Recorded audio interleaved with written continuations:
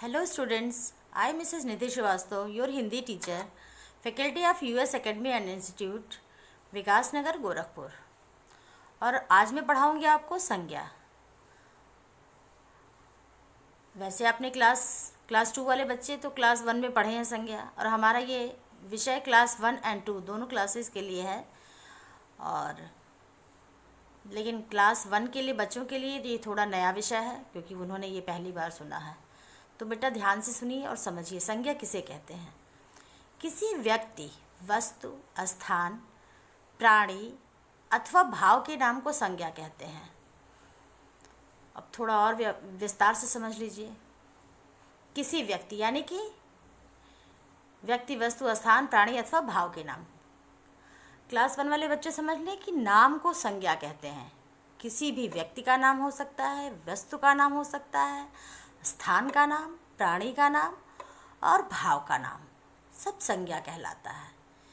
किसी का नाम, जो भी तुमको व्यक्ति दिखाई दे रहा, व्यक्ति यानी मनुष्य, ठीक है। अब ये देखिए, जैसे यहाँ पे ये महात्मा गांधी हैं, पहचानते हैं ना आप लोग गांधी जी को, व्यक्ति हैं, तो ये संज्ञा है। शिवाजी हैं, वीर शिवाजी को तो सुने होंगे कभी ना कभी, ये हैं संज्ञा। राजेंद्र प्रसाद, संज्ञा। इसी तरह से कोई भी नाम हो, किसी भी व्यक्ति का नाम हो सकता है। सीता हो सकता है, राम हो सकता है, राधा हो सकता है, मोहन हो सकता है, रहीम हो सकता है, मदन हो सकता है। किसी भी व्यक्ति का नाम, मेरा नाम हो सकता है, तुम्हारा नाम हो सकता है, तुम्हारे फ्रेंड का नाम हो सकता है, मम्मी डैडी का नाम हो सकता है। कोई भी नाम संज्ञा कहलाता है। आगे बात समझ में। अब इसी प्रकार से वस्तु का नाम, किसी भी वस्तु का नाम संज्ञा कहलाता है।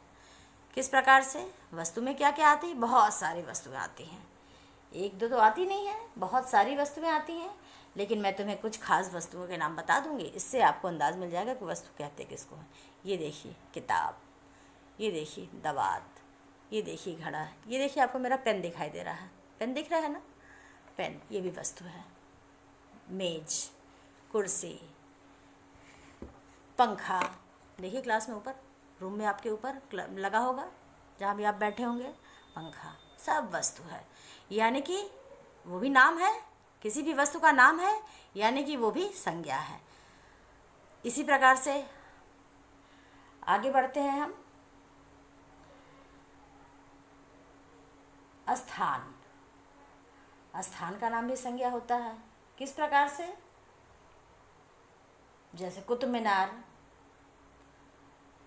कुतुब मीनार जगह है, स्थान का नाम है ना।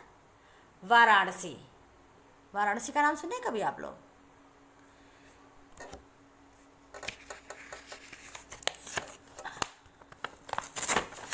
ये देखिए, विद्यालय, विद्यालय है। घर, चिड़ियाघर, चिड़ियाघर है, चिड़ियाघर का नाम सुना है ना, जहाँ जानवर रहते हैं। ये भी जगह है, स्थान है, यानी कि घर भी जगह है कोई, यानी कि संज्ञा है। विद्यालय, विद्यालय यानी कि आपका स्कूल, नाम है, ये किसी जगह का नाम है, यानी कि ये संज्ञा है। अब इसी प्रकार से आते हैं भाव। भाव किसको कहते हैं? देखिए, बुढ़ापा, मोटापा, मिठास, यानी कि जैसे जिससे किसी व्यक्ति के या किसी वस्तु के गुण दोष का या अवस्था का पता चलता है, उसे हम भाववाचक संज्ञा कहते हैं। अभी क्लास 1 के लिए तो इतना काफ़ी है कि संज्ञा किसे कहते हैं, यानी कि आप लोग बेसिक रूप से आप जान लीजिए कि संज्ञा किसी भी नाम को संज्ञा कहते हैं, ठीक है। वो नाम किसी व्यक्ति का हो सकता है, वो नाम किसी वस्तु का हो सकता है, वो नाम किसी प्राणी का हो सकता है। प्राणी में क्या क्या आता है? प्राणी में क्या आता है? प्राणी में आता है चिड़िया, कौवा, गाय, बहुत सारे प्राणी हैं। प्राणी यानी कि जिसके भी अंदर प्राण है वो प्राणी है। तो आपके अपने आसपास देख लीजिए, कुत्ता है, बिल्ली है, बकरी है, बहुत सारी चीज़ें हैं, बहुत सारे प्राणी हैं। और हर प्राणी का कोई ना कोई नाम है ना, उसको हम नाम से जानते हैं ना, तो वो भी संज्ञा कहलाता है। आगे बात सुनिए।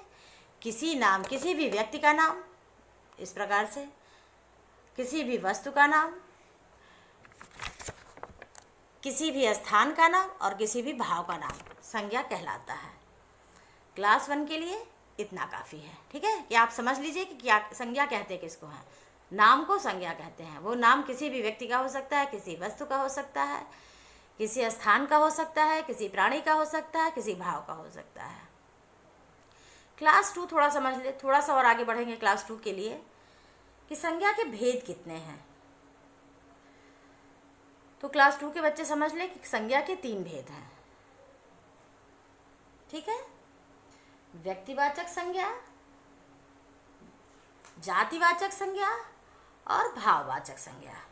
व्यक्तिवाचक संज्ञा मैंने सबसे पहले बताया आपको ना, जो व्यक्तियों के नाम है, जो किसी भी व्यक्ति का नाम है, वो व्यक्तिवाचक संज्ञा कहलाएगा।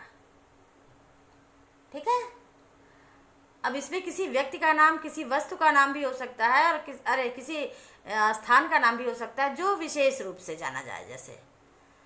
जैसे गांधी जी नाम से जाने जाते हैं, नाम से पहचानते हो ना गांधी जी को, तो गांधी जी, राजेंद्र प्रसाद, शिवाजी, महाराणा प्रताप, मतलब किसी भी व्यक्ति का कोई नाम अगर है उसको व्यक्तिवाचक संज्ञा कहते हैं। ठीक है, इस व्यक्तिवाचक में आपका आ जाएगा, कोई वस्तु भी है वो भी व्यक्तिवाचक संज्ञा कहलाएगा। कैसे, किस प्रकार से? जैसे वस्तु तो है लेकिन यहाँ पे केवल पुस्तक दिया हुआ है, यानी कि केवल किताब दिया हुआ है। ये कौन सी किताब है ये पता नहीं चल रहा है, लेकिन हम अगर इस जगह पे हम बताएंगे कि रामायण, तो उस पुस्तक का नाम पता चल रहा है ना, पुस्तक का नाम पता चला ना कि हम मैम किसके बारे में बात करें, रामायण के बारे में बात करेंगे, यानी कि वो भी व्यक्तिवाचक संज्ञा ही होगा। ठीक है, इसी प्रकार से स्थान है, किसी जगह के बारे में बात कर रहे हैं, नाम नहीं पता है तो वो जातिवाचक होगा। लेकिन अगर हमको पता है कि हम कुतुब मीनार की बात कर रहे हैं तो वो व्यक्तिवाचक संज्ञा होगा। आ रही बात समझ में? क्लास 2 आ रही बात समझ में? अब इसी प्रकार से आते हैं हम जातिवाचक संज्ञा पे। दूसरा हमारा है संज्ञा के भेद में, पहला हो गया व्यक्तिवाचक संज्ञा, दूसरा हो गया जातिवाचक संज्ञा। जातिवाचक संज्ञा में क्या क्या आता है? जैसे कभी हम बात करते हैं गाय चर रही है, तो गाय है ना, लेकिन गाय का कोई नाम नहीं है। गाय की जाति का तो पता चल रहा है कि ये गाय के बारे में बात हो रही है, लेकिन गाय का कोई नाम नहीं है। अगर हम बात करते कामधेनु की, तो उस गाय का नाम है कामधेनु, तो कामधेनु की बात करते तो वो व्यक्तिवाचक संज्ञा हो जाता, यानी कि गाय का नाम है। लेकिन यहाँ पर गाय की बात हो रही है, यानी जातिवाचक संज्ञा है। ठीक है, घोड़ा, फूल से उदाहरण समझ लीजिए। फूल, अगर हम फूल की बात कर रहे हैं, फूल सुंदर है, ठीक है, तो ये हमको समझ में आ रहा है कि मैम फूल के बारे में बात करें, किसी भी कोई भी फूल हो सकता है, किसी भी फूल के बारे में बात कर रही है मैम, किसी विशेष फूल के बारे में बात नहीं कर रही है। यानी कि अगर हम बोलें गुलाब, वो विशेष हो गया। विशेष कैसे? क्योंकि उसको हम गुलाब को, फूल को नाम से जान रहे हैं, गुलाब। आ रही बात समझ में? नाम है ना, फूल का नाम है ना गुलाब, लेकिन बाग में तो बहुत सारे फूल खिले हैं, तो जब फूल खिले हैं, बहुत सारे हैं, उसमें किसी विशेष के बारे में बात नहीं हो रही है, वहाँ पे वो जातिवाचक संज्ञा होगा। लेकिन हम बात कर रहे हैं कि गुलाब कितना खुशबूदार फूल है, ठीक है, या चमेली की खुशबू कितनी मनमोहक होती है, तो जब हम विशेष रूप से किसी फूल की बात कर रहे हैं, वो हो जाएगा आपका व्यक्तिवाचक संज्ञा। और जब सिर्फ फूल की बात कर रहे हैं, वहाँ पे हो जाएगा जातिवाचक संज्ञा। इसी प्रकार से आएगा वृक्ष, किसी भी पेड़ की बात कर रहा है, यानी कि पेड़ के बारे में बात हो रही है, उस पेड़ का कोई नाम नहीं है, ठीक है, वो आपका जातिवाचक संज्ञा में होगा। अब आते हैं हम भाववाचक संज्ञा पे। भाववाचक संज्ञा क्या क्या होता है, अभी मैंने पहले बताया था ना, क्या है? बुढ़ापा, मोटापा, मिठास। यानी कि ये जो व्यक्ति है, ये जो वृद्ध व्यक्ति है, उसकी अवस्था का पता चल रहा है हमको कि वो कैसा है। ये भी व्यक्ति है और ये भी व्यक्ति है, व्यक्ति है ना ये। लेकिन इस पिक्चर को देखिए आप, तो देख के ही आपको लगेगा कि ये कोई दादाजी टाइप के हैं, दादाजी हैं, है ना, यानी कि इनकी बूढ़े व्यक्ति हैं, यानी कि इनकी अवस्था का पता चल रहा है ये बूढ़े हैं, ये भाववाचक संज्ञा होगा। इसी तरह ये हैं, ये देखो दादाजी नहीं लग रहा ना, लेकिन लग रहा है कि मोटा आदमी है ये, तो इसकी अवस्था का पता चल रहा है कि ये मोटा है, ये भाववाचक संज्ञा, इसका भाव हो गया। इस प्रकार से ये देखिए, यहाँ पे ये कटोरा है, कटोरे में बहुत सारे रसगुल्ले रखे हैं। अब रसगुल्ले को देख के मन में क्या उमड़ता है, क्या भाव आ रहा है? मीठा होगा, रसगुल्ला है तो मीठा ही होगा ना, कड़वा तो हो नहीं पाएगा। तो ये इसका जो रसगुल्ले की मिठास है वो इसका भाव है, यानी कि भाववाचक संज्ञा। इसी प्रकार से कड़वा भी भाव है। कड़वा किस में आता है? कड़वा का पता कैसे, कहाँ चलता है तुमको? किसके बारे में बात करेंगे तो लगेगा कि ये कड़वा होगा? करेला, है ना। करेले के बारे में जैसे ही हम बात करेंगे आपके मन में आएगा कि कड़वा करेला है तो कड़वा ही होगा, यानी कि उसका भाव क्या है, उसकी अवस्था क्या है?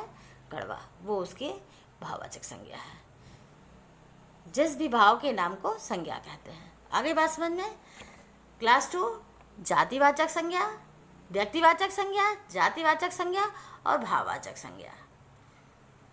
वीडियो को बार बार देखिएगा, जो समझ में ना आए उसको एक जगह अपने कहीं लिख लीजिएगा कॉपी में, ताकि हम उसको क्लास में जब आपसे मिलें, आपसे जब प्रश्न उत्तर करें तो आपके सभी शंकाओं का हम समाधान कर सकें। एक बार पुनः देख लीजिए। संज्ञा किसे कहते हैं? किसी व्यक्ति, वस्तु, स्थान, प्राणी अथवा भाव के नाम को संज्ञा कहते हैं। इसमें क्या क्या होते हैं? व्यक्तियों के नाम, वस्तुओं के नाम, ठीक है, व्यक्तियों के नाम, वस्तुओं के नाम, स्थानों के नाम और भाव के नाम। प्राणियों के नाम भी होते हैं, देखो ऊपर प्राणी भी लिखा है, यहाँ प्राणी है ना, प्राणी यानी कि प्राणियों के नाम भी होते हैं संज्ञा। इस चैप्टर को बार बार पढ़िएगा।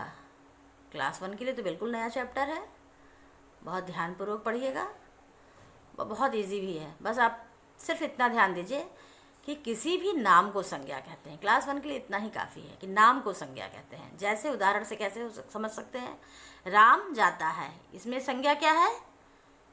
राम नाम है ना, जाता तो नाम नहीं ना है किसी का, किसी व्यक्ति का, वस्तु का जाता नाम नहीं ना है। राम इसमें नाम है तो राम संज्ञा हो गया।